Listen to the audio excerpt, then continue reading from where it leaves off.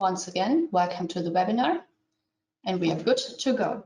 So, welcome everybody to today's webinar. We are very pleased to have all of you here, and we are happy to get started. In today's webinar, IESS, the International Solar Energy Society, is happy to welcome the IEA SHC Solar Academy once again to present on the topic of solar heating and cooling markets, trends, and outlooks. My name is Arabella. I am the Congress's Communications and Outreach Officer here at IESS HQ, and I will give you a short introduction into IESS and the work we do, as we have many new participants joining us on the webinar today. So, IESS, who are we? IESS is a UN-accredited non-profit NGO founded in 1954, and we've been accredited since 1992. IESS represents a diverse membership of academics, researchers, energy practitioners, consultants, students, businesses, and advocates from countries all around the world. Our vision is 100% renewable energy for all, used efficiently and wisely. And IESS works together with like-minded organizations such as the SHC from countries all around the world to advance the renewable energy transformation. To achieve this, we have a few key activities which I'd like to introduce to you shortly. We have biannual congresses. Those are, for example, the IESS Solar World Congress 2023, which is coming up this year. And next year, we will be having Eurosun 2024. We have two key publications, which is Solar Energy and Solar Energy Advances. We hold webinars, such as the one today, and we have education initiatives for young researchers, both online and offline. And additionally, we also publish a series of infographics, and that's something exciting that's going to be relaunching this year. We have an actual virtual solar energy museum that's also coming up towards the end of this year.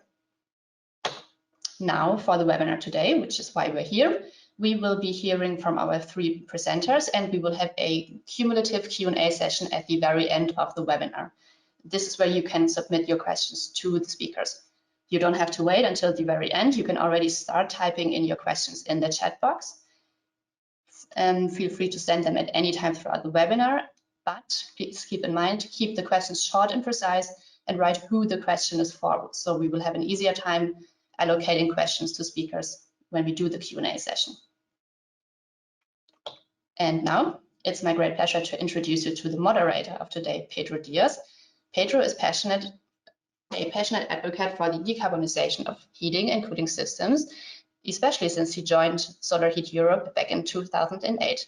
As the former Secretary General and current policy director at Solar Heat Europe, he's been devoted to advancing the potential of solar thermal energy in Europe. So Pedro, a warm welcome from our side, and I'm handing over to you. Thank you very much for the introduction, Arabella, and thanks also to IEA SHC and IESS for the opportunity to cooperate with this webinar once again as a moderator. So my name is Pedro Diaz, as Arabella was saying. I work for Solar Heat Europe, a trade association representing the solar heating and cooling sector in Europe. I'm rather enthusiastic about the topic of our webinar today and the fact that we have three outstanding speakers. Werner Weiss, Bärbel Epp, and Nicholas Gravlin. As you know, the webinar is foreseen to take around 1 hour and a half with the Q&A part at the end, as Arabella was just explaining.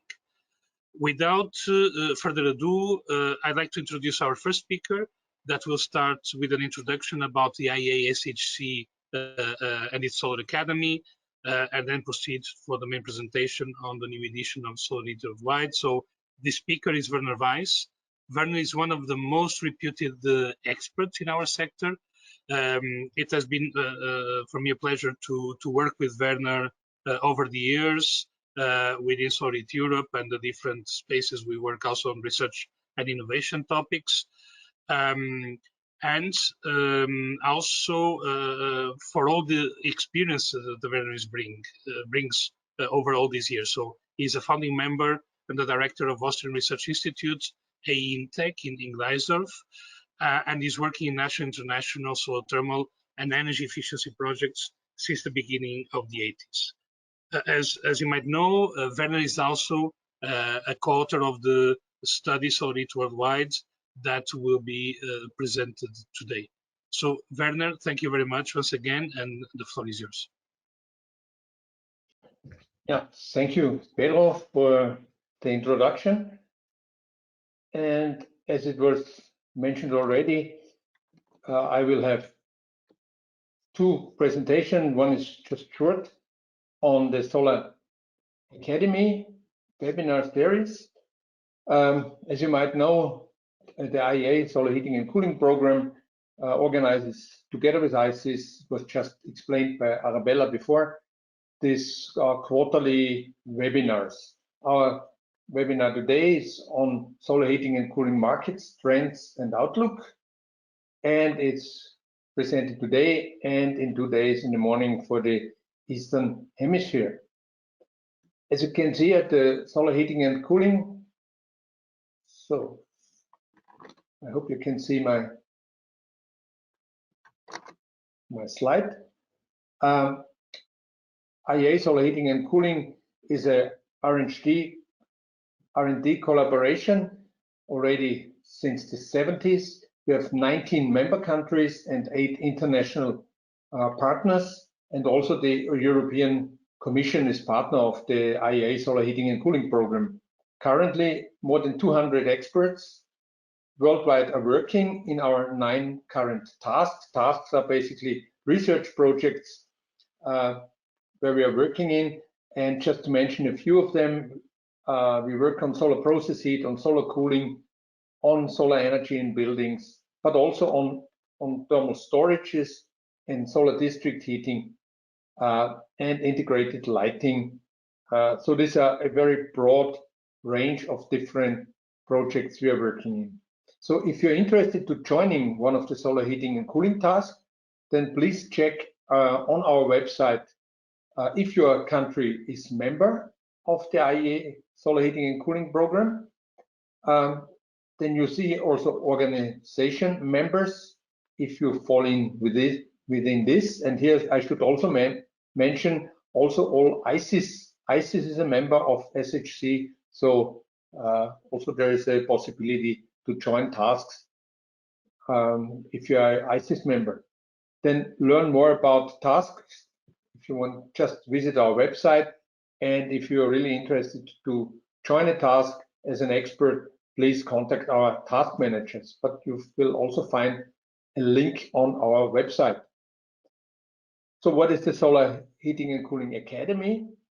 It's basically, we had the idea several years ago, all the research results we produce from more than 50 years international collaboration to distribute this information to as many people as possible. So therefore, we have these scientific results, but also training materials, case studies, fact sheets, databases, design and evaluation, assessment tools. This is what we transfer to a broad audience worldwide.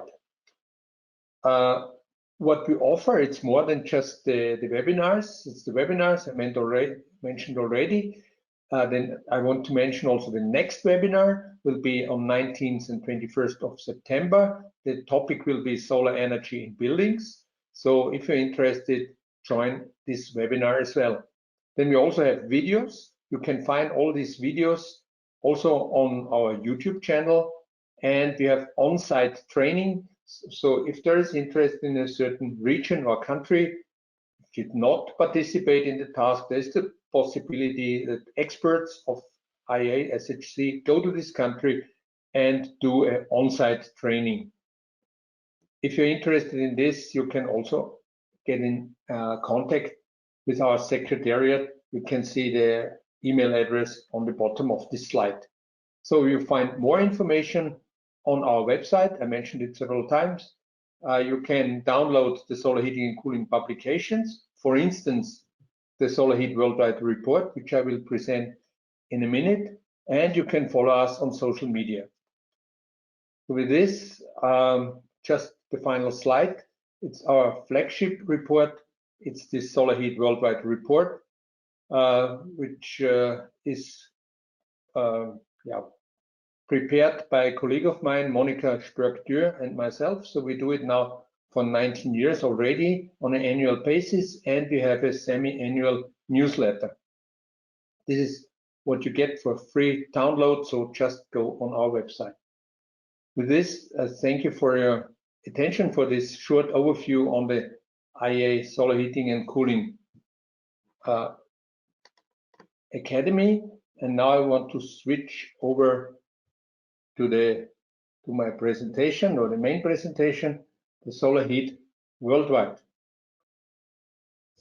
I guess most of you know it already. The solar heat worldwide presents every year the development on solar heating and cooling worldwide.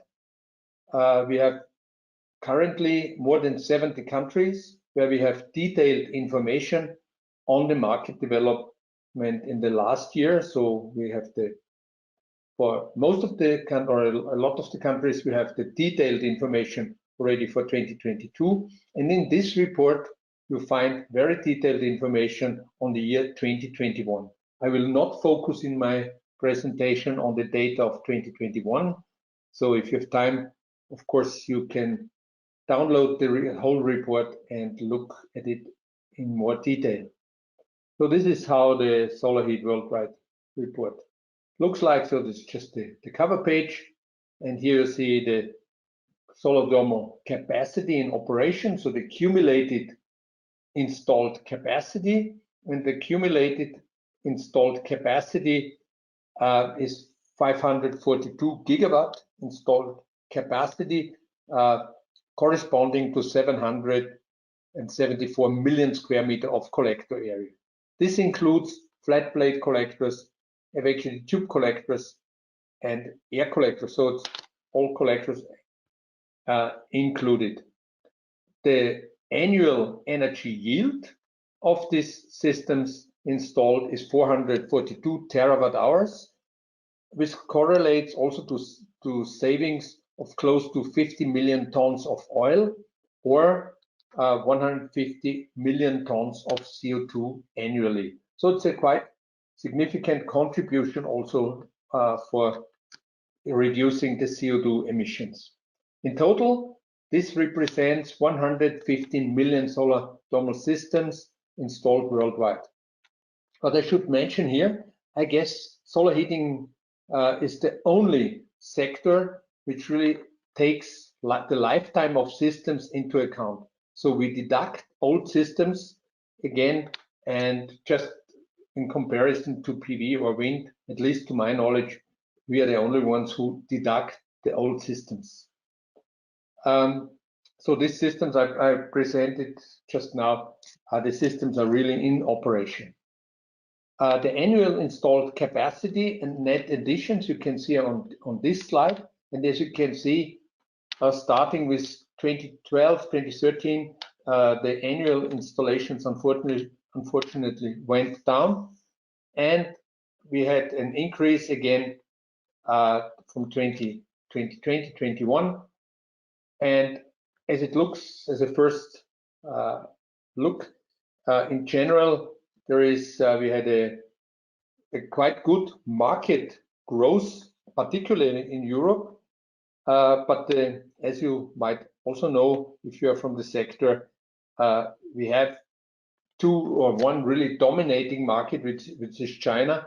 And China, unfortunately, had a significantly decrease, and also India last year. Therefore, the worldwide market decreased by 9.3% in the last year. But as I just mentioned, the decline is justified by market slump in China of 12.4%, and India saw really a significant drop from 16% growth last year to minus 21% in 2022. So this is basically why we have a worldwide trend going down. But if you look on the major markets in Europe, we have a significant growth, or had a significant growth last year. I will start with Lebanon, even if Lebanon is not one of the major markets of Europe, of course, or worldwide, but nevertheless, you can see they had really a growth of 145%. I don't want to go in much detail, but they had also a change in policy, and therefore it had a significant growth of this range. But also, if you look to European countries, We had an increase of the market in 2022 of 43% in Italy, France 29%, Greece 17%, Poland 11%, Germany 11%, and also South Africa. So these are the yellow arrows now. They were the European countries, but also here with 9%. South Africa had a significant growth with 9%, and 5% in Cyprus and the United States. Just this is based on this preliminary data based on the data we received. We have not yet received all countries here, so if there's some, but it looks quite good for European countries. And as I said, worldwide, it's basically the impact of China and India that it went down. Large-scale solar thermal heating systems play a major role for years already. And you can see here the development of these large-scale systems. And this includes not only solar district heating, but also other large-scale systems which are bigger than 500 square meter. Installation was 350 kilowatt. And as you can see here from this slide on the long term, this was really for years, this was the large-scale systems were dominated, especially by Europe or European countries.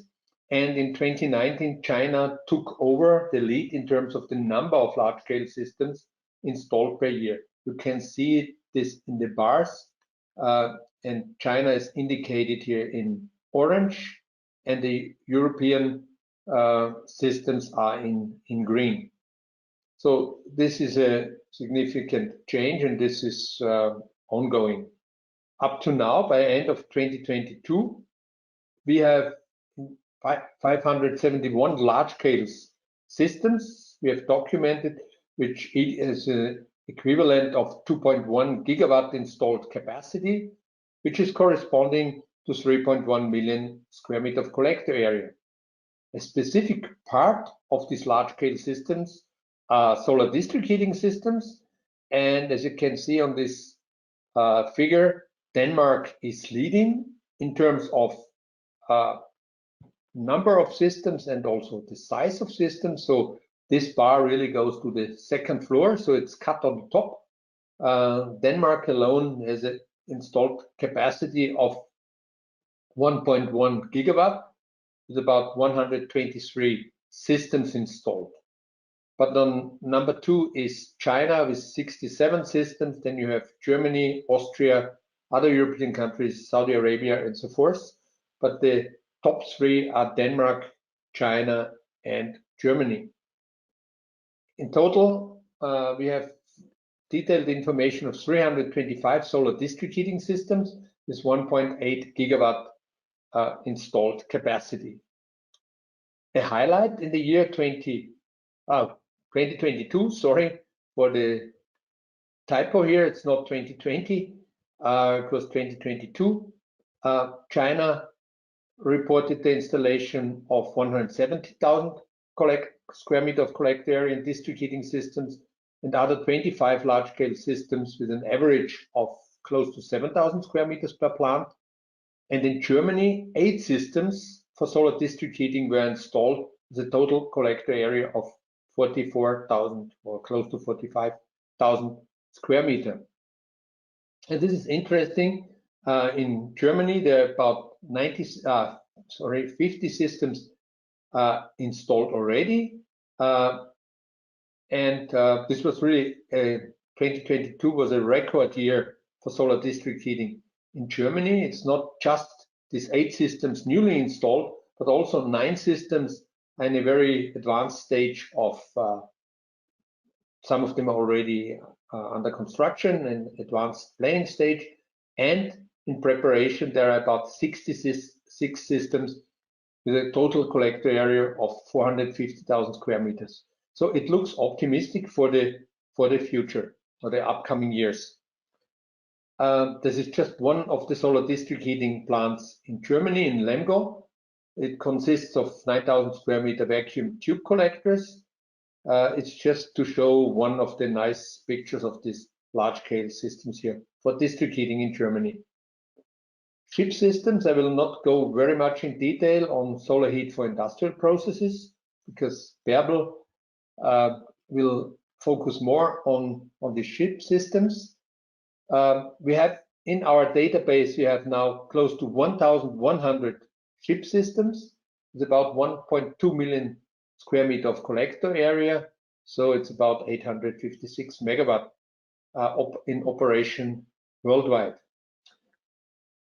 I want to mention here that with district heating, we think we have really covered all the district heating systems worldwide because they are known in the countries, so it's relatively easy to get them into our statistics and get the information. The ship systems is significantly harder to really collect worldwide all the systems. For instance, China always reports a number of systems, but we don't get detailed data for these systems. So therefore, at least 1,100 systems. Most probably there are quite a number more of these systems in operation. We just don't have in our statistics. Out of these 1,100 systems, we have for close to 500 systems, we have detailed information available in our database, which we are running here at IEA in our institute. You have the link here. So if you're interested on the detailed information of this ship systems, you just follow this link here, shipplants.info, and then you know where the applications are, how big the systems are, in which countries. So you get a lot of information here on this close to 500 systems, and it is to get a good overview on the size of the collector types which are used and on the sectors where they applied.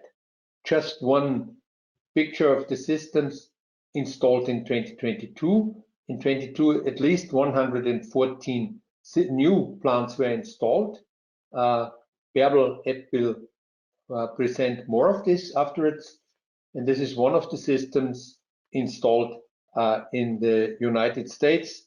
In the last year, it's a Ball Corporation headquartered in Fairfield in California in the US. They use flat plate collector with a 2.8 megawatt installed capacity. And this plant provides heat for washing beverage aluminum cans. It's just to give you one example of the many systems installed.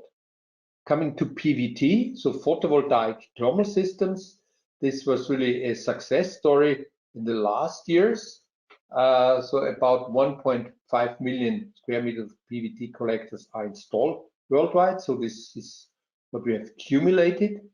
And if you look on the PVT markets up to now, then you can see this combination of producing heat and electricity in one collector unit is really mainly in Europe with 62%, then Asia without China, 21%, so a lot of is done in Asia here, and China accounts for 10% of the installed capacity. Then we have the MENA region, so Middle East and North Africa, about 4%, and others 3%. If you look to Europe, France is by far dominating the European market, with 40% of the market, followed by Germany, 10%, the Netherlands, 7%. And we had a quite good increase of about 9% annually until 2021. And unfortunately, in 2022, this really changed. The global PVT market shrank by 52%, and it's mainly due to two countries, and this is France. So the biggest market worldwide, this really collapsed, the reduction of minus 90%, mainly due to changes in the subsidy scheme. This was one of the main factors. Another factor was that a lot of these companies who produce PVT and also PV alone, they had such a big demand that they mainly focused on the PV production instead of PVT. We had also a significant reduction of the market in the Netherlands, with 43%, but also very positive market developments. I have to mention with smaller markets like in Italy, 4 times the market compared to 2021. So 414%, Germany 126%, Switzerland plus 103%, and Spain is plus 52%. So we have a very mixed market development here. And I want to show just one final slide to PVD collectors. If you look to 2021 on the left-hand side on this bar, then you can see here that we had in 2022, the market changed completely. So in 2021, PVT air collectors were 45% of the total market. And this PVT air collector disappeared completely from the market in 2022. And this is mainly the impact of France, where they had this change in the subsidy scheme, and the air PVD systems really disappeared from the market last year. Quickly, an outlook to 2023 or the current year and beyond. There's really a very good outlook, very positive outlook on solar thermal heating and cooling. There's really, we can see an increased demand in solar district heating. So it's not in just one country what we had years ago. In Denmark, there was a booming market, and in the other countries came up step by step. Now we have an increased demand in solar district heating in a number of countries. And in my point of view, this is a very cost-effective way to make urban district heating systems CO2 neutral. And we have shown already in large-scale systems like in Denmark, then this heat can be produced for cost of 20 to 50 euro per megawatt hour. And this is really where solar heat is really competitive compared to gas or other or coal-fired district heating plants. And just as a remark, even if there's a lot of discussion of electrifying the heat sector, this will not be done by just electrifying the heat sector in using renewable, hopefully renewable electricity and heat pumps. As you know, 50% of the final energy demand is still, and this did not change over the last 15 years, 50% is heating and cooling. And this will not be done in the next decade with just electrifying the heating sector. So there's a huge potential for solar district heating, and this can be seen now in an increased demand. So there is in the pipeline, what we know, it's solar district heating for the next years in the range of 400 to 500 megawatt. Just mention a few of them. In Germany, 9 solar district heating systems, as I mentioned already before, are under construction. We're in the advanced planning stage. Another 66 are under concrete discussion. In the Netherlands, a large-scale system is 48,000 square meters, so 33 megawatt, in the stage of completion, more or less, in Groningen. Then also in the Western Balkan countries, in Serbia and Kosovo, there are big plants, as you can see here, with 58,000 square meters and the 408,000 cubic meter seasonal storage. In an advanced stage already for district heating system in Pristina, capital city of Kosovo, and another 2 district heating plants are planned for Serbia, but also large-scale systems, 24 megawatt, so in the other one even bigger. There's also a new dimension is opening up in China, the Handan Bay Water World Resort. It's all nearly finished in the construction.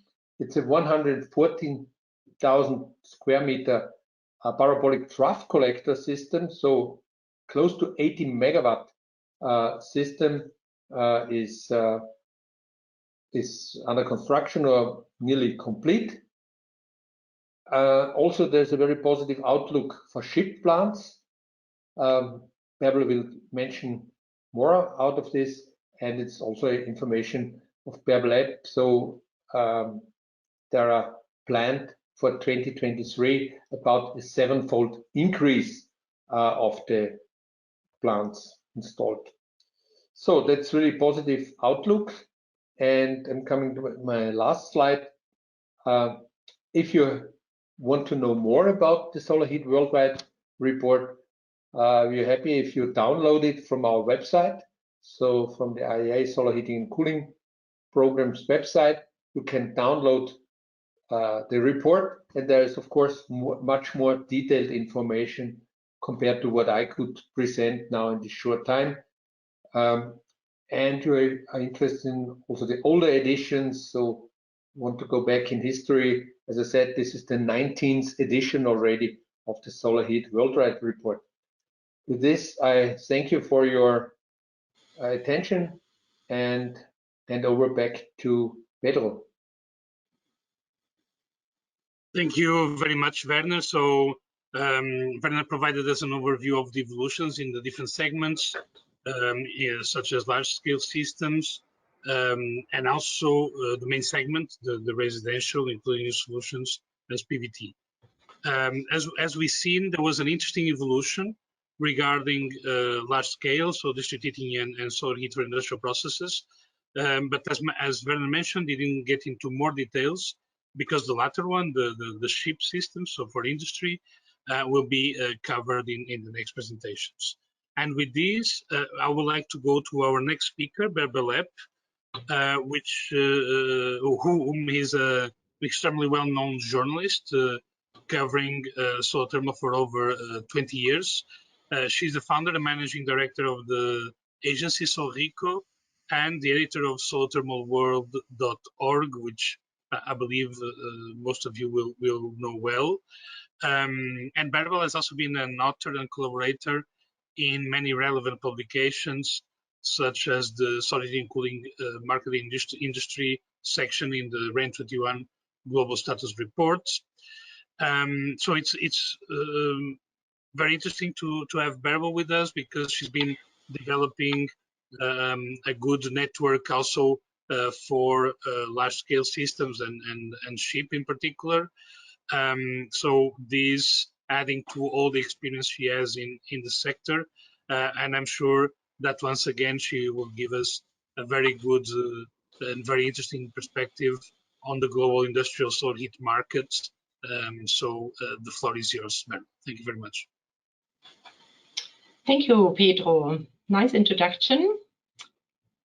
I would like to start my presentation here. I hope this works. I would like to talk today about global industrial solar heat market challenges, trends, and outlook. These survey, well, the presentation is based on annual surveys that we did since 2017 on a regular basis. The last two surveys were financed by the German research project Modulus. I would like to send a big thank you to them and also to Vara Latvidat. She did the survey with me and followed up with the companies. We have established a ship supplier world map where you find the link here below, and the companies which are on this world map receive a questionnaire once a year, and from this we generate what you will see today. Yeah, the ship market has developed dynamically again after COVID. This is what Werner already said. We had 114 systems identified in 2022. This was the highest number we ever had, but you also see the obvious slowdown due to COVID restriction of traveling and also transportation cost hesitating of clients. We had a certain, slowdown in the market a lot in the years 2020, 2021. We see a big diversification of the ship system. This chart shows you the overall new ship capacity that was installed in 2020, which is 30 megawatt in total. And you see that a lot of different collector types were used for the project that we identified. So this goes from the very low temperatures, unglazed polymer collectors, PVT collectors, air, to the very high temperatures where you have parabolic drafts, which you can produce 250 to 300 degree or concentrating dish or linear Fresnel. So this is a big trend that we see. Altogether, we had 7 ship plants among the 114 with operating temperatures above 100 degree in last year's market. So this shows you just an overview what collector types we have and what temperature levels they serve. And you see here in the middle column the different processes in the industry that need these different temperature levels. So you see from the previous pie chart I showed you that from the very 60-degree to the 400-degree projects, we have served a lot, and we have served also a lot of these different processes. Current and future driving factors. I have listed you some important ones from my point of view. Well, the first one was obviously the gas shortage in Europe and the peaking energy prices in 2020, which woke up a lot of the industry people. We have also good funding situation in some European markets. To name here is Austria, France, Netherlands, Germany, and Spain, but also the United States are coming up. I would like to mention Austria here particularly because they have started a subsidy program 2 years ago, where they also grant visibility studies for projects above 5,000 square meters. And this had a big success. In the meantime, we have 13 visibility studies in their pipeline, and the average of the ship systems is 15 megawatt. And if you compare this to the only 3 ship plants that we have in operation in Europe at the moment, which range between 7 and 11 megawatt, this is a huge success. We will also probably hear more about the US, not only because the supply chain for ship systems increased a lot, I will come to this point later in the US, but also they have allocated again a big budget for ship systems, not only ship, but renewable heat in general, of $4 billion US, again, tax credits, which were in place already previously. And we will talk to the project developers there to find out the effects that will have. This is a very new information, I think still from May. Also, an important driver of ship demand is the internal commitments of multinational corporations to reduce their carbon footprint.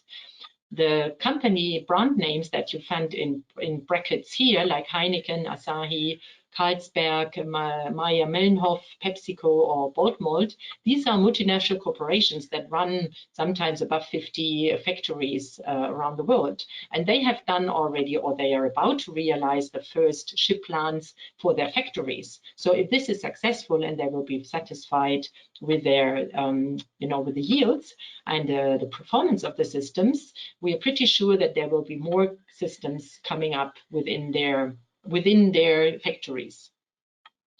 The emission trading system and saving carbon pricing on the national level is an important driver, and some of the project developers already price this into their ship systems as a saving, which helps them for the economy of their system. And a very new factor that will probably also have a big effect is the European Supply Chain Due Diligence Law, which just came into force in January 2023, and that requires EU companies to carefully manage social and environmental impacts along their entire value chain, including direct and indirect suppliers. So there's a big pressure coming from the EU now to really green and decarbonize also the heat structure, and solar thermal would be a good solution for that. But, well, good prospection, a lot of factors of driving the market, but still the mood on the ship market 2022 was sort of divided. The companies, about 80%, confirmed that there was a triggered demand by the energy prices. Also, they confirmed that public financial support, which is the second part here, is still an important requirement for selling ship. This was also confirmed by around 80%. But the high interest was still linked to low decision making. So the industry is still reluctant and still hesitating. And as soon as something new is happening, gas prices go down, or they have another plan, they step back from plans and so on. So altogether, only 22% of the 72 ship turnkey suppliers that are listed on the world map were actually satisfied with the business development in 2022. Some highlights from the year 2023. I would like to show you this photo, as it is the first prefabricated balance of plant for an oil and oil concentrating solar field in Turnhout, Belgium, that Werner already mentioned. It's a system that produces 300-degree steam for a chemical factory, and this is a good way forward to save costs and to have a very, like a cost-effective way of producing this part between the collector field and the client. Another maybe milestone was this large dish developed by an Australian company, Sunray CSP, built up in India with 450 square meters. It's a double-tracked system producing direct steam at fairly high efficiencies, has a reasonable small, ground footprint. And well, let's see whether they succeed to get more of these installed in the near future. And another milestone is the big plant that we have seen under construction in Spain for the Heineken factory in Sevilla. It's a ESCO project, which ENGIE, the utility, the Spanish subsidiary of the utility ENGIE, will provide the heat. The solar field is installed by Aztec. It consists of, parabolics, which the size of CSP plants in the original size, and it will deliver 210 degree to the factory of Sevilla. And it must be installed in a record short time because the subsidies force the project developers to finish by September. In New Heat will talk about their milestone themselves, I suppose, Nicolas. They have just about to commission this 10.5 megawatt plant in France, which he will probably explain us in detail on his presentation. So what was special this year for the first time in our survey is that we wanted to have this crystal ball. We wanted to see what the future brings in terms of SHIP. And we had a bit of funding from the Natural Resources Canada. A big thank to them on this point. So we have asked the project developers to give us not only their 2022 projects, but also contracted projects and projects under development. And 21 project developers from around the world followed this request, and a big thank to them, against NDAs and sometimes, like their major leads and whatever, they gave us the information, also some detailed information about the projects they plan. So we have them from Austria, Belgium, Canada, France, Germany, India, Israel, Mexico, Netherlands, Spain, Sweden, Switzerland and USA. This was where the companies came from. And they reported altogether 51 projects that are upcoming, and we looked into the methodology that Solites used. And Solites was behind the German map that Werner Weiss showed in his presentation on solar district heating. And what they do is, if they get projects in an early planning stage, they give them a realization potential. So if, for example, that's how we translated this into the SHIP market, if only a signed LOE or MOU is available for a project, we consider the capacity of this project only a 30% into our forecast. If an engineering study is already ordered by the client or the proved subsidy of the financing is available, then we consider this a 60% realization chance. And if an EPC contract for delivering the collector field or heat delivery contract is signed or construction already started or first heat was already delivered to the client, these are obviously a secured project and we consider them 100%. So this is a harmonized approach that we developed together with Solites, and they are using it for the map and we are now using it for the outlook. But before you can do your outlook, you have to look where you come from. And this is now the SHIP market as it developed from 2016 to 2020. It's cumulated figures in megawatt. The number of systems which were installed in each of these years are the gray dots on the top, So we started in 2016 identifying the market in a very comprehensive survey among industry players, also harmonizing that with the ship-plant.info database that Werner mentioned. So this was our world market sort of status quo at this point. And from there on, we added what we researched every year. This is the yellow bars. which is not so much. As you see, it was always between 18 and 28 megawatt. It's also without China. I think Werner already said that China is very hard to research, and we always have difficulties to confirm data from there. So we excluded all projects from China in this, even in the outlook. And I have to explain what the light purple fields here are.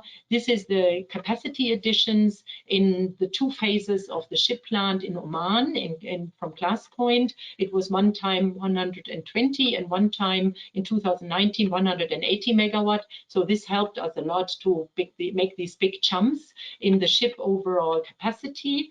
But unfortunately, in May 2020, Glass Point was going bankruptcy, and this flow of projects was interrupted. And they are now in 2020 refounded, and we will see parts of it. Their announced projects is part of our outlook. So how does this outlook look like now? We have identified the 51 projects, and 25 of them are fairly committed already to be finalized in 2023, and they add up to 71 megawatt. So this is already a nice increase compared to the 23 megawatt that were added in 2022. And now if you go a step further and you look into projects that are announced for the years 2024 and 2026, and you do this weighted strategy from Solites by only counting 30–60% of the projects, we end up with 304 megawatt that are already announced at this early stage for the next years to come. So I think the ship market really has a good potential for growth.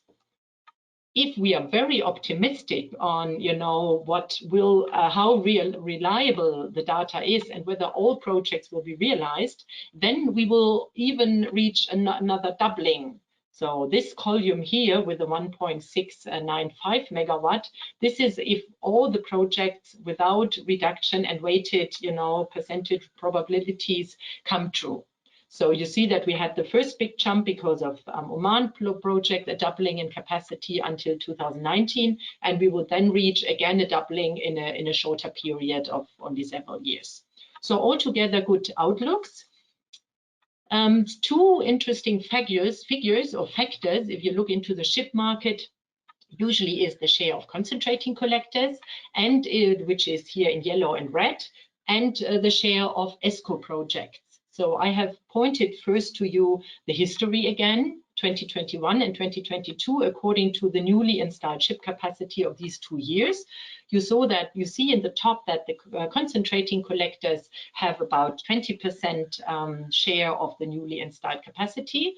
In the bottom line, you see that the ESCO model, which we call heat delivery contracts, is sometimes a bit higher because 2021, a big new heat project came online. So this was a bigger share.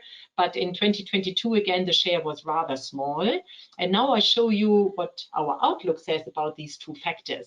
And you see that the concentrating collectors will increase a lot. So among the 51 projects that we have received, a very high share is concentrating collectors. So the share will go up to 70 and 80%. Same thing on the ESCO side. So from the very small shares where we come from, we will reach at the 2023 projected project, 78% of the introduced capacity will be in ESCO model. And further on, 2024 onwards, it will be even 94%. So from this, you can really see that at the moment, the market looks like everybody who is going big in ship, is doing ESCO business model, and a lot of them use concentrating collectors. A last little crystal ball, if you look now into where the 51 projects are located, you see that Europe plays a big role, including Turkey here with 150 megawatt, equally strong with the Arabic countries where big projects were announced. India and Mexico have a lot of projects, but smaller ones, as you can see from their share here. And USA already with a certain pie chart, which we probably see more growth here as well. So only my time is flying, but only let me confirm you by looking into the ship supply side, because we have talked now a lot about the demand side. that also the supplier side, which is our world map, you know, of ship suppliers, reflect the trends that I have just talked about. This shows you the portfolio of the 72 turnkey ship suppliers which are on the world map at the moment. And you see that the larger share of these companies have concentrating collectors in the meantime. So we have seen a growing field of parabolic draft collectors, which are now already at 17. We have a growing concentrating dish provider field. And so this shows already that there is more innovation and startups coming up also in this field. Regarding ESCO, I can balance now that 65% of all the companies listed on the world map offer ESCO services, which is also an increasing share over the years. This is the ranking of the turnkey ship suppliers related to the ship project they reported to us over the years in the surveys by the end of 2020. The top positions, Modulo Solar, Sunrain Group, Solar East Group, Lenovo Paradigma remained the same. But within the ranking, there were some changes because mainly the Netherlands companies, G2 Energy and NextSource, climbed up in the ranking because they have a nice subsidy program, which is called SDE++, and they do a lot of agricultural systems, which also count like ship. And we had Tigi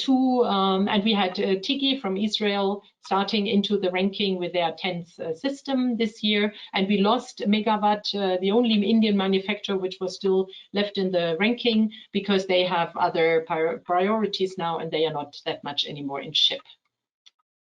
Yeah, this is where the companies come from that are listed on the world map. This is my last chart. You see that Mexico is still a big hub for the industry. But USA and Canada, these are the two brown marked pie charts here with 8 and 3 companies are rising. So we have seen, I think, 6 new entries from this region from both countries this year. So there's really an increasing supply chain. And you also see that the countries with the nice subsidy programs in Germany, Austria, Spain, Netherlands, Germany, and France are well represented in this industry circle. So this was it from my side. This is for your records afterwards to read more. You know, I have listed you the major sources of information. You find under this first link, Modulus, all the reports about our recent ship surveys. You find the list, the world map itself under solar-payback.com suppliers. We have a photo database I wanted to remind you on with around 100 photos of ship plants, which are suitable to be used. You can download them, and if you give the reference of the copyright owner, you can use them for free in your presentations or publications. And then all the different sources here, like you can follow us on Twitter or LinkedIn. And if you have further questions and comments, don't hesitate to contact me via app@sobico.com. So this is it from my side. I'm looking forward to the Q&A session, and thank you for your attention. Thank you very much, Berbel.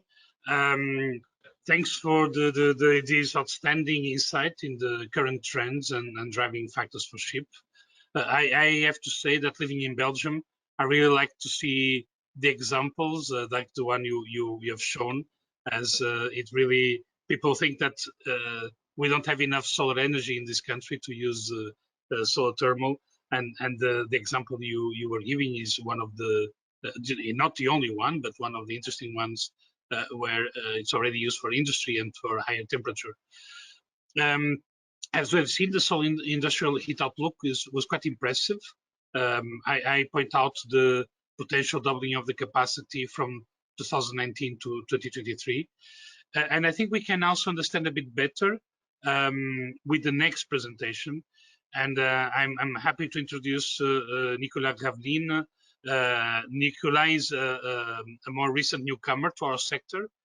He has an extensive experience in water treatment in different countries and different continents. Even if joining our sector in 2021, Nicolas already has an extremely interesting experience as head of international development at New Heat.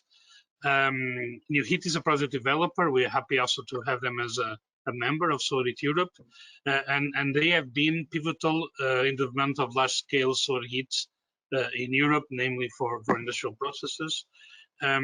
Therefore, it's clear that Nicolas is extremely well positioned to tell us more about the experience of solar heating in this context. So Nicola, please, the floor is yours. Thank you, Pedro. Let me just manage this little technical issue to share my screen. And I hope you can see it well online.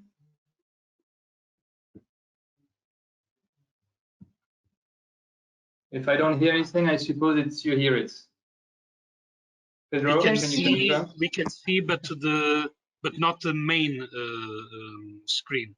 So we can see the one where you with the support of the slideshow. Okay. If you go to display settings. Sorry, it just worked before and now.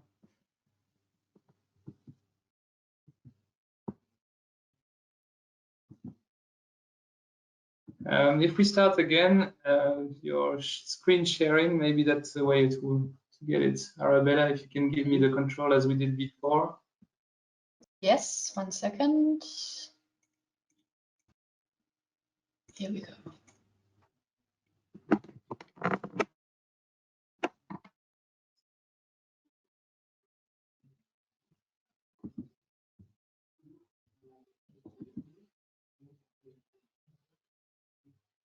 No, I don't.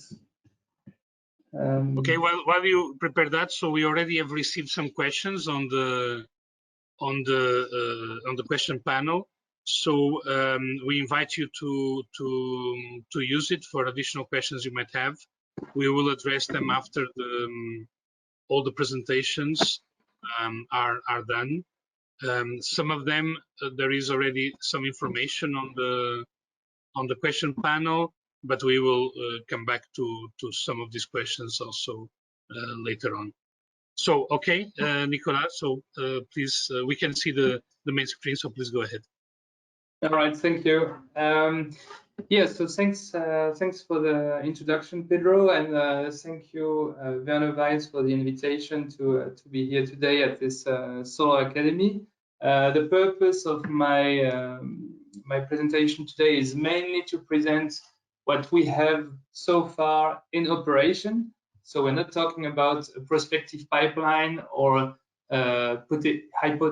hypothetical project. We will focus today on the projects which are currently in operation under a heat purchase agreement in the industry.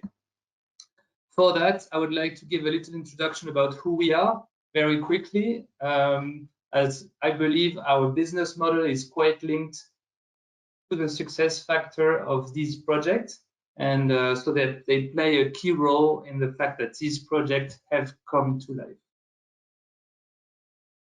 So very quickly, we are at New Heat, we are 100% renewable heat provider. We are leader in the solar thermal for industrial solar in Europe. Even though solar thermal is in our DNA, we quickly added a few other equipment and technological bricks, such as heat pump, heat recovery being the first one you look at when you look on an industrial site. And of course, once you have solar thermal, heat recovery, heat pumps, they need to be combined in a short or long-term heat storage to be able to adapt production and demand. How we do it, that's our model on the left. We provide a design, build, own, and operate model. So at New Heat, we have engineers which design it up front. They do the preliminary studies and then the detailed studies. We have then the development phase. We build our projects and we finance them also ourselves. And then we usually operate them for 15, 20, 25 years. What we do for industrial clients is really to understand first the heat requirements. It's key. We're not just a producer of heat. We produce and integrate directly in the process of the client. So it needs a bit of effort, a bit of modelization capacity to ensure that what the client gives us is also what we will provide heat to.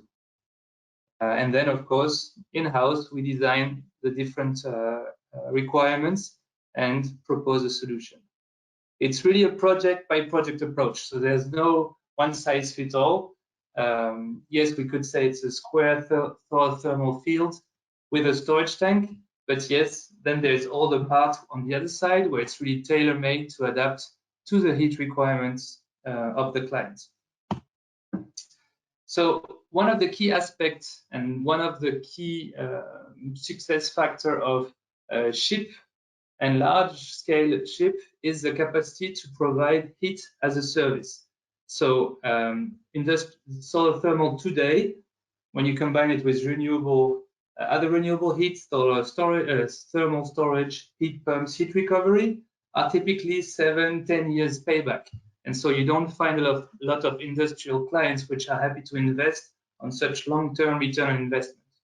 So we take the risk in-house, we take the technical risk, the financial risk, and the administrative risk for all the development, the permitting, and so on. And the idea is, against that, we request a commitment from the heat consumer for 15 or 25 years. Very quickly, we are based today mainly in Bordeaux, with 40 people, 40 of us here in UIT, engineering, modeling, construction, and operation, on top of business development. And we have an office in Madrid to develop the Spanish and Portuguese markets. We have a colleague based in Graz for all the district heating networks for the Central Eastern Europe. And then we have two more tropical destinations with Sydney, with François Xavier, and Chile with Gustavo, who are both working on this very sunny country with stable economic growth. So now I'd like to dive into the processes, solar heat in the ship plants for different clients that are currently running, that can be today inspected or visited if you would like to, and when we have the performance, we can show the performance over 12 or 24 months, depending on the plant, or even longer for the first with Conda. So overall, New Heat today, we have more than 40 megawatts of renewable heat plants in operation. Today, I'd like to focus only on those which are solar heat for industrial plants. So we also work with district heating networks, but it's not the topic today. So if you look at these three projects, Conda was our first project for the company Lecta, which is a paper manufacturing company. Then we have a plant that we operate in Issoudun for an investor, which is Kyotherm, and the client, which is Borkmalt, which we operate daily, and which is an interesting project. And then finally, since last November, we operate the largest plant on flat plate collector in Europe with the lactoserum powder factory of Lactalis in Verdun, north of France. I think it's important to see that each time these projects are very specific and they change from one to the other. The first one, which was commissioned in 2019, was from the Conda paper mill from the Lecta group. We have a peak power of 3.4 megawatt thermal with a little storage capacity and the capacity to avoid 1,000 tons of CO2 per year. It was our first project, quite a complicated one, because we had to rehabilitate an old carbonated sludge storage area. So under the panels, you actually have an old sludge deposit that we had to insulate and impermeabilize. And there the role of the plant is to preheat the makeup boiler, the makeup water for the boiler. And on the financing part or subsidies, it was a grant of above 50% granted by the French energy agency ADEME, and with one specific client, the Conda paper mill.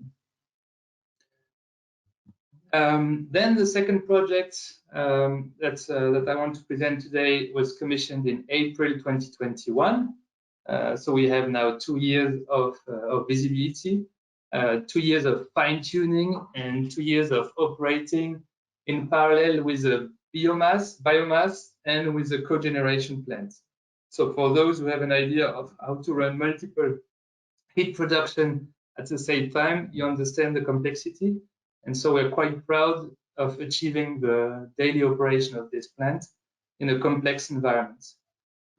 Here, the size of the plant is about 12 megawatts. We run a storage capacity of 3,000 cubic meters, and we avoid 2,000 tons per year of CO2. Again, the French ADEME was one of the grants that was received for that. And it's one of the only projects today where we had a third-party investor, Q-Term, and so it's a plant that we don't own and that we have built, that we have designed with our engineering team, and that we operate since. I think it's also interesting to see that it's split in 3 areas. It's because the area was a bit crowded, and the land we could gather was a bit split was small and a bit confined. And finally, the latest project, I'd like to go a bit to give you a bit more details around what we've made there. So this is really the latest. It's our latest child, if we can say. It's providing heat to milk drying tower for Lactalis. It's a group which is on this site, the Lactoserum France site. They produce mainly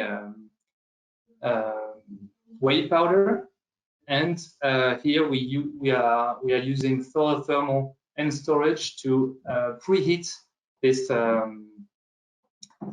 heat in the tower directly and inject hot air into the very exigent and critical process, which is this drying tower. As you might know, they're very strict on hygiene and what you get, because half of this product end up in baby milks or in other food additives. So this is the largest project that we know of. Maybe Barbel in your database you have others, but in Europe we believe it is the largest plant for industrial application in operation currently. There could be some we hear in the coming year that might dwarf this project, but it's still a very good a reference we are very proud of. And so with 2 applications, 13.3 megawatt distributed mainly for main air inlet drying, but also to regenerate the dehumidification cartridges. This project was interesting in terms of structuring for the finance aspect. The French agency also with the Fonds Chaleur has provided a grant, but there was also a fund available for industrial development in the region, which chipped in and which joined in the SPV as a co-shareholder of the plant. And the duration of this contract is for 25 years. One of the project highlights was the integration of our air-to-water exchanger into their process. Some of you might know, but the people which are doing these drying towers for milk are very critical on what you add or what you change into this process. And so we had to work hand in hand, our engineers with drying tower engineers, to make sure that we comply with their specification. And so we had to integrate in their airflow in front of the steam air heat exchanger our own air-water heat exchanger to benefit from the lower temperature that could be provided by the solar thermal plant. And finally, the key outtakes. There's a lot here, I realize when I see it again. But so we today have sheep which are grazing, so that's the picture down there. And they are happy, even though it's it was built last year. The grass is there very generous, so there's plenty to eat for our nice little friend there. There was also a lot of concern around a dangerous frog species, which was identified by our environmental study. And so, of course, the area was protected. The site had archaeological interests, and so the state body, which is in charge of that, had to investigate and recover some archaeological samples. And I think in terms of the technicality of the project, I would like to say that it looked like a very difficult project, but step by step, every hurdle was overcome. At first, we had to cross a railway between the solar plant and the factory. And so this can add a bit of complexity in terms of drilling under the railway, but also in terms of permanent access to this area, because it's under the rail and you are in the property of the French Railway Authority. There is ATEX regulation because there is some powder that can be in the air, so requirements around explosive area. And of course, just to facilitate it, there is a high voltage transmission line above the solar field. And so that's about it. I think it's a very interesting project. We still don't have enough background to say the client is happy, but up to date, it's working fine. It's providing heat to decarbonate up to 20% of the heat requirements of this site. That's it from my side. Thank you. All right, welcome everybody. I think we are good to go for the Q&A session. I'm gonna immediately hand you guys over to our moderator of the day, Pedro Diaz, and Pedro is gonna take us through the Q&A question. If you have a question you want to submit, please use the chat box on your GoToWebinar panel, type the question in, and ideally also indicate who the question is for. Pedro, the floor is yours. Thank you very much, Arabella, and thank you all for joining us. So we are now addressing some of your questions. So we have the speakers with us live, and so we invite you, as Arabella was saying, to use the question pane for any of the questions you might have. I would like to start with one of the questions for Werner, which related to the temperature levels that were referred in the report. So Berbel had an indication at a slide with the temperature levels with the example of applications for industry, but those temperatures more or less apply to the rest. But maybe you can also provide more details, Werner, on how we can also find references within the report, or how to see in the report different types of systems and collectors and so on. Thank you. Yeah, thank you for the question, Pedro.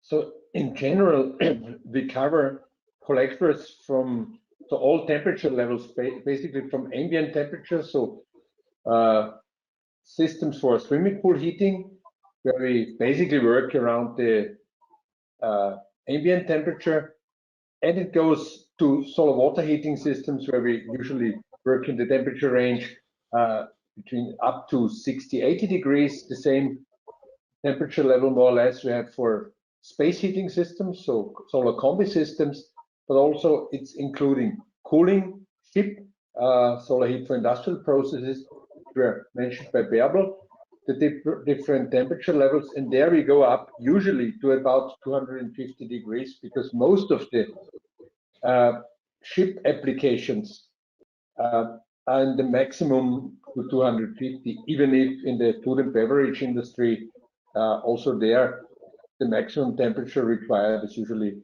around 100 degrees centigrade. So everything is included in this report, and you find in the different sections more information on this, on the different applications. Okay, very good. Thank you very much, Werner. So the next question is for Berbel, and this is about the most common difficulties faced by the widespread of ship systems in the European market? I think Bärbel can't hear Pedro. Ah, okay. But you Bärbel, could can you hear hear me? Arabella, so Yes, I can Bärbel? hear Pedro. Yeah, so I think it's the problem is with Bärbel. I believe Okay, so. so I would, okay. Then I would go to maybe another question to Nicolas. So we had I'm combining a couple of questions, Nicolas. Can you hear us, Nicolas? Now I hear you again. Okay. Okay, you hear Bärbel. So I go back to Sorry my for that. previous. I go back to my previous question, Bärbel. So, what are the most common difficulties faced by the widespread of ship systems in the European markets? Sorry for being shortly interrupted. Well, yeah, I think we have seen from Nicolas' presentation that one big challenge is that the systems are designed very individually. So the client is very important, the heat structure is very important. So the planning process is generally long, complex. And the industry is yet in a position where they hesitate often, and they see that this as a new technology. So there is too few demonstration plants available yet. So it's not that they see the dairy in the neighboring city, or they have read in the news about that in their neighboring whatever surrounding already a ship plant is in operation, but there are very few larger case studies. So there is a certain hesitation still, and we need to speed up to get the demonstration plants ready. And I think the last issue, which is usually faced by project developers, is the way that they look into very short payback periods. And solar thermal is an infrastructure investment with a long-term look at long-term payment, usually payback. And yeah, this is a bit of a conflict, and we can only solve this by using the ESCO as a business model that was also stressed by Nicolas as one factor of success for their company.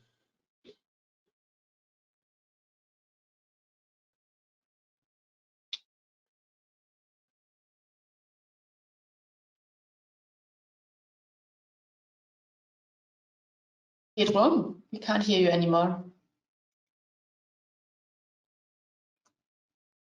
Okay, sorry for that, my mistake. There we go. Yeah. So next question to Nicolas. So Nicolas, also feel free to comment on the previous question. But I'm combining now two questions we have received. One is about what are the usual solar fractions of the projects, and the other question is if there is any preferred backup system that the industrial clients prefer or ask for in combination with solar thermal, and if you have found if in these backup systems they are usually based on fossil fuels or if they are solutions based on other renewable sources. Thanks. Thank you. Yeah, I would say one of the difficulties that we can see today from the industrial markets is mainly due to the 48 months or 36 months we had previously, where the high variability in price, which can go very high, but also people remember what the price was before the energy crisis, and so it's difficult for a decision maker in an industrial site to decide whether a stable price fixed over 20 years will be better and competitive compared to other fossil fuels. And so if there is no strong strategy around decarbonation in the group or on the site, and if there is no clear visibility on energy prices for the future, so if they don't have a strategy, it's often very hard for them to set the threshold where they want to invest their energy for the 15 or 20 coming years. Then you mentioned solar fraction, and this is really dependent on the temperature. Of course, there's an economical gap between if you run in low pressure, so up to 100, 120 degrees, or if you start running with vaporized water, and you start having 7 to 20 bars, and then the economical is not the same. So I would say below 100, 120%. Today, the solar fraction can be 100%. We are working on a melting plant in Croatia on the development where it's 54% of the heat requirement. And should we have more space available to allow seasonal storage, we could have reached 100% with solar thermal, and maybe 4 or 5% of heat pumps to reboost the temperature level in the long seasonal storage. So 100% is doable, and it really depends on where the max temperature is set. And then on the preferred backup system, I would say usually it's a historical system. So if you do an upgrade, they typically keep the old system in place, and then it can be used as a backup. And then the question of fossil fuel or decarbonated fuel, of course, if it's what we usually see is natural gas boilers a lot, and of course they are a good backup. Typically on a 100% solution, they should never be used. So it's a reliable solution with very limited carbonated impact if the solution is running, and very reliable to stop and start if there is an issue. Okay, thank you very much. So I would then go to one question that I would place to all of you. And this is related to solar desalination systems. So the question goes, what are examples of projects of freshwater generation and if this and what are the technological requirements for such solutions? My little experience in desalination is only linked to inverse osmosis, and then unfortunately it's linked with electricity and high pressure in the pumps rather than through heating. But unfortunately, personally we have no experience, or we were not called, and we're happy to assess whether what technology could be the most suited for that. Maybe Werner or Bärbel, you have an experience with that? Well, I know that there are some concentrating solar collector manufacturers like Riograss concentrating on developing combinations of high source heat sources, like from a concentrating collector with membrane distillation. So this is something, but they haven't really, I mean, they have done 1 or 2 demonstration plants, but not more than that. And we could maybe refer to IEA SHC task 62, which is really looking at you know, like a waste heat recovery, wastewater treatment from industry, and they have looked into some wastewater plants and finding solutions on that. So there's some news on the website of the task 62. Yeah, I just can add there are not many systems for this seawater desalination running at all. And most of the systems are rather old. So in recent years, no bigger system was built here. There's really, as it was mentioned by Nicolas, it's mainly PV-driven or electricity-driven reverse osmosis systems running. And as Bärbel mentioned, with membrane distillation, there are some research projects going on, but no implementation in the market at the moment, at least to my knowledge. Okay, thank you very much. Then also combining a couple of questions, I would like to ask if you what do you know about the use of PVT, so hybrid PV thermal collectors or panels, for industrial applications? And there is also a more specific question for Nicolas on the request from the industrial sector to use PV for industrial process heating purposes. PV only, so PVT, general question, but then more specific on the use of PV for heating. So maybe I go for the PVT one. I think we have identified several PVT manufacturers and in the meantime in Europe which offer ship solutions. So this is really picking up, and they combine this often with heat pumps. So there is also different temperature levels available, and even large-scale projects of this type are under development within Austria. This program I talked about, where visibility studies are also paid. So I think there's much more to be expected from this side, and we will see a growing share of PVT systems among the industrial heat plants in Europe.